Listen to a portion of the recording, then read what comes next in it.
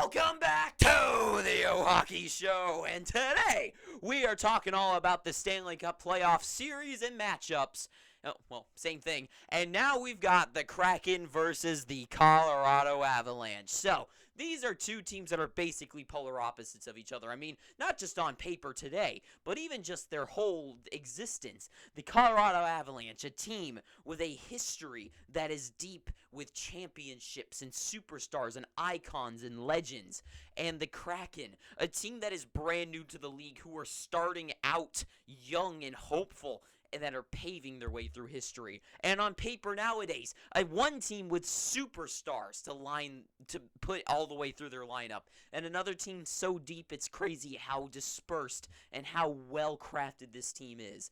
So anyways, pretty interesting matchup here. Not just that, we've got like the newest team versus the defending Stanley Cup champions versus the first time this team's ever made it to the playoffs. So kind of crazy just the matchup that we've got here, just in philosophy ways. But anyways, so the Kraken versus the Avalanche. Now the Avalanche won yesterday, making them the first seed in the Central Division, so they will play the Kraken this first wild card spot.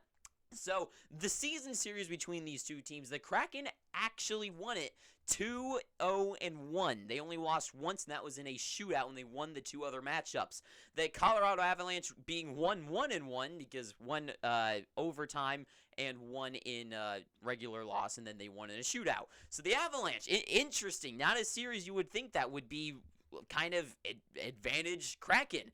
Their last 10 going into it, the Kraken are kind of so-so. They're on a 2-game losing streak, 6-4. The Avalanche, though, looking on fire, 8-1-1 in their last 10, 2-game winning streak going into the playoffs against this team. So, of course, as I said, defending Stanley Cup champions versus the newest team in their first playoff run. Kind of interesting to see that there. So, the top guys of this team, I mean, the Kraken, let me introduce you to them.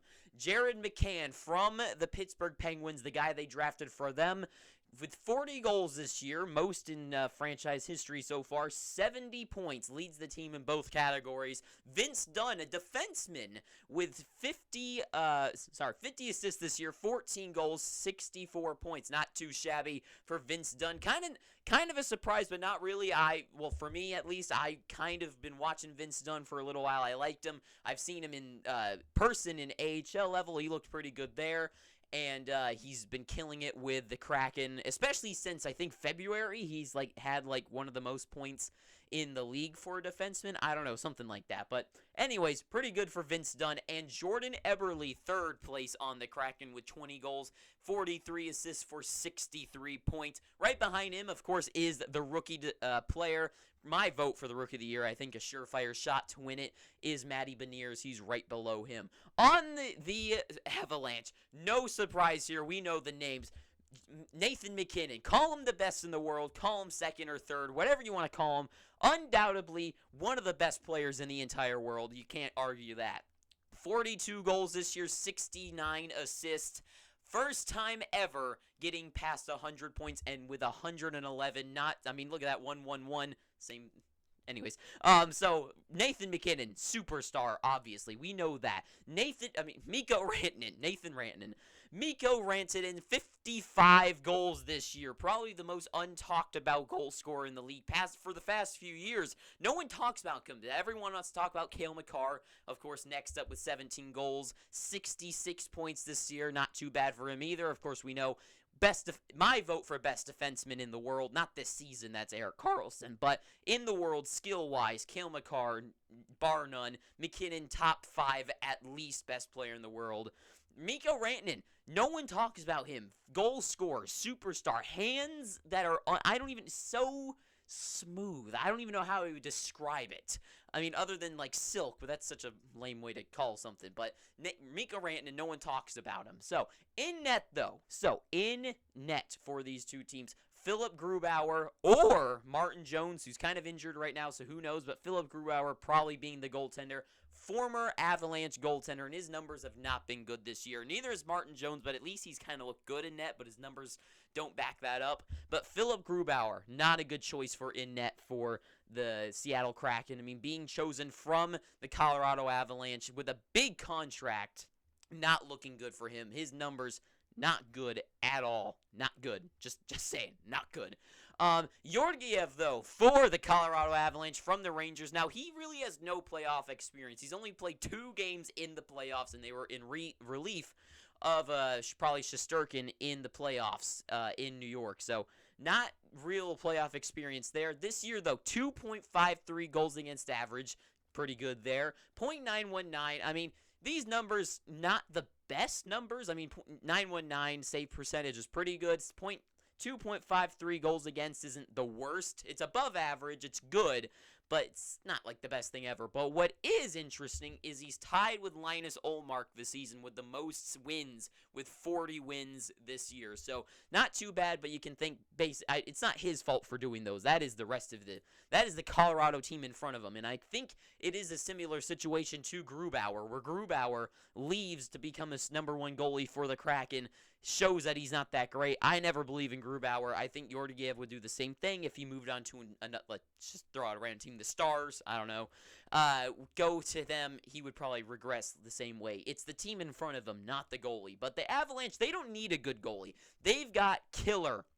I mean, the squad in front of their goaltender is unbelievable. And the reason why I've always liked the Colorado Avalanche is their offense. Their defensive lineup is unmatched by anyone in the league, except for this year. Going into the playoffs, they are a little banged up, but I'll talk about that in a little bit. So goaltending category, I give the edge to the Avalanche, and the top guys also to the Avalanche. But that is the reason why I'm kind of fishy when it comes to both of these teams, because that's the deal with these two teams, is the depth versus the superstars. So let's look at the stats. So goals for the Kraken this year, they're 4th in the league with 284 goals scored.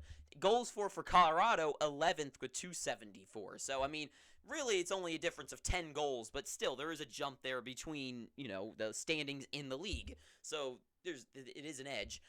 Goals against, this is where they do separate. Goals against Seattle, a team that I would personally think would have less, but no, way more at 15th.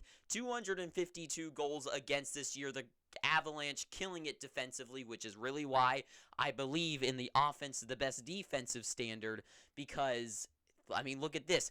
They shove the puck down the throat of the other team so much that they can't get any offense in. That's why this team wins games. And then they have Georgiev back there just to keep a couple of the good shots out of the net. They are down the ice the other end. Cale Makar, Sam Girard, all those guys on defense, amazing skilled players. They get the puck, they get it out of the zone. That's how they play. They don't play super good defense. They just play super good capture the puck. I mean, in my head, it makes sense. I need to make that more clear, but you get the point. They are so good offensively with the puck. They get it, they're out of their zone, right? They don't need to play the good. I mean, they do play good defense, but it's a different style of defense than you would compare it to the Islanders' way of defense. You know what I mean? Islanders, very defensive, stay at home, block shots, get the hits, get the puck, make a chip off the boards, and get it out and clear, right? Colorado, they get the puck. They're going down the ice. They are zooming down the ice with it to make a rush and retaliate. So that's kind of the difference there. But anyways, I don't know if I said it already, but they're 4th in the league with goals against. So moving on. So Colorado, pretty good when it comes to, so interesting there, because not what I would expect. I would think the Kraken would be the better defensive and score less goals, and it's the other way around where the Avalanche are that. So interesting there. Now, the one thing that gives Avalanche a slight disadvantage to the Kraken, and especially in my view of the playoffs, is the depth. And Colorado last year had it. This year, they're missing some pieces, and this year, the Kraken have a lot of those pieces. If you take a look from there, so most teams, you dress 18 players, right? So if you look at the roster page for the Kraken, from 1st to 18th on the points, you start at 70, which is McCann, and go down to number 18, which is Will Borgen with 20 points. So they're deep. This team is deep. They have a 20-point scorer all the way down on the 18th spot. That's the lowest that they'll dress. Now, I know some guys are injured, so at this current moment, there are some guys dressed that don't have those points. But the hope would be for those guys to be from number 1 to 18.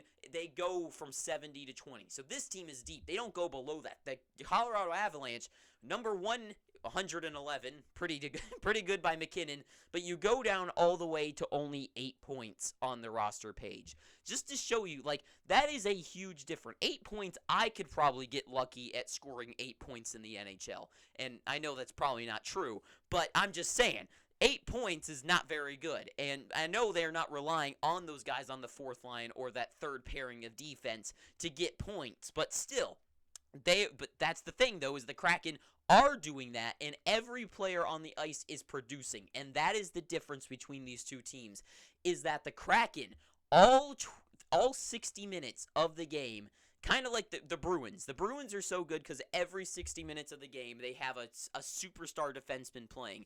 The Kraken, every 60 minutes, they have a line out there that is producing offense. The Avalanche, not so much. When they roll out their fourth or third line, they're hoping, like, maybe not so much the third line, but especially the fourth line, and I guess the third line. They're not hoping that they get any goal. I mean, they are, but they're hoping just to kill time so they can get McKinnon, Rantanen out back on the ice. And that is the issue between these two teams. Well, not issue, but just the building differences of these two teams and their philosophy to win.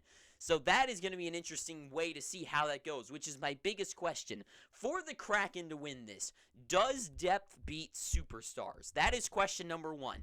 Does the Kraken's depth, for 1A, show up? Do they show up and play with good playoff experience, which they have very little of on this whole board? And 2, does that overcome the superstar players of the Avalanche, which, unlike the Maple Leafs, their superstar core actually does produce in the playoffs. Unlike in Toronto, where Matthews and Marner and Tavares, I won't count Nylander because he's always great. Those three guys, they were like, I don't want to say invisible, but they were not superstar players in their playoff series. I'm just saying, I think we all agree on that. And that's their biggest issue. Avalanche, though, those guys show up. Makar, McKinnon, Rantanen show up, and Landeskog, who will be missing, which is the missing pieces to win for the Colorado Avalanche. Gabriel Landeskog last year, 22 points. He was 4th on the team in points last year behind Makar, Rantanen, and McKinnon. And depth is what you need to win playoffs because you need all those players out on the ice all 60 minutes to grind it out. And if you keep rolling the same top guys out there, sure, these guys are physically well put together, but they're going to get tired, especially after a grueling 7-game series if they get to 7 games. Yeah, sure, they could roll McKinnon out on the ice, and he's better than a fourth-line guy even when he's, like, probably tired beyond hell. But still, he's going to get tired, and it's eventually going to crack. So with the depth is a necessary. Why does the Lightning always win the Stanley Cup? Because they have that depth. And they had it last year, but this year, the Avalanche are missing that. Landeskog, injured, missing the playoffs. He's going to be missing. The Avs are going to be missing from this playoffs to last one. 20 minutes and 58 seconds is what he averaged on playoff games last season. So that's a whole period plus worth of Gabriel Landeskog, top guy player, missing those minutes. Nazem Kadri last year moved on from the Colorado Avalanche. He had 15 points. He was 6th on the team, and he averaged 17 minutes and 22 seconds, so almost a whole period. Now, sure, they've somewhat replaced these guys, right? But Burakovsky also left on the Kraken, won't be playing in the playoffs, but I just want to throw him on the board. He was 11th on the team, right? So those are 3 players they're missing from last season. They have Nichushkin, they have Lehkonen, so they have those guys, so they really haven't replaced them, right? They've had some hopes that guys like JT Compher could cover those spots, but be serious. Nazem Kadri to JT Compher. I'm going Compher all day. I mean, Kadri all day. When it comes to, like, Landeskog, his replacement, I guess you can somewhat say Lehkonen, but I wouldn't, or Nichushkin, because they were already there. You could say Evan Rodriguez, which, if you want to compare those two guys, you're an idiot. As stupid as Evan Rodriguez looks, because, oh boy. But anyways, so yeah, just those missing pieces, I think, are really going to affect the Avalanche style of play, because they're literally missing, one of their top 5 guys from last season, 2 of their top 10 guys from last season, and those are like top end, 6th and 4th points guys, missing them, as well as now, according to NHL, I don't think Makar or Manson will be starting the playoffs. So that'll give the Kraken, if they need to seize this opportunity, and I think this team, it has the firepower to go in and rush the Avalanche. They have speed on their side. I mean, the Avalanche have it too, but they have speed. They're not going to just sit back. That with Manson and Makar out of the playoffs, at least to start it, I think that's a huge game changer for the Kraken, because they can go in there. They're missing their best. I mean, one of the best defensemen in the world, Makar. I mean, superstar, and Manson missing. Putting in guys like McDermott to replace them. Gotta rush those guys. And maybe the Kraken, those guys miss game 1. They can win game 1. Maybe one of them comes back for game 2. It's closer. Maybe the Kraken could get an edge in a 2-0 series. Maybe both those guys come back. The Avalanche make it a series. They tie it 2-2, but maybe the Kraken can squeak in, making it like 3-2. You never know. It's a mystery kind of there, and I'm just throwing out there. Those injuries they've been the whole story with Colorado this year, and missing Landeskog, starting maybe without Makar or Manson, that's going to be a huge hit to the Avalanche. I mean, those are top guys. Makar, top guy. Get it? Anyways, so that is really all I have to say about this series. Between the two, on paper, I would definitely think the Avalanche are going to win this series, but with the injuries and with the missing pieces, and I think watching the Kraken play with the legs that they have under them and the energy that they bring, and I believe in them. I don't think they're going to be guys that just cower away. I think they have a shot. And they even won the season series 2-0-1. They haven't lost a regulation game against the Avalanche yet this year. So I'm not going to pick a winner, but I'm currently at 45-55 when it comes to these two teams. I think the Avs are going to pull it out and win it, but I think the Kraken are right there, and I would not be surprised if this game goes to 7 and ends in overtime, because the Kraken's depth versus Colorado's superstars. Who wins? I don't know. But tell me down below what you think. And since you've made it this far, you might as well, please, I'm begging you, pick up your free subscription down below, please. And watch out for my next videos on the rest of the playoff teams. I'm going to do all the series before they start. And that's all I got to say. So thank you for watching this. Too sweet. Have an amazing day. And ta-ta for now.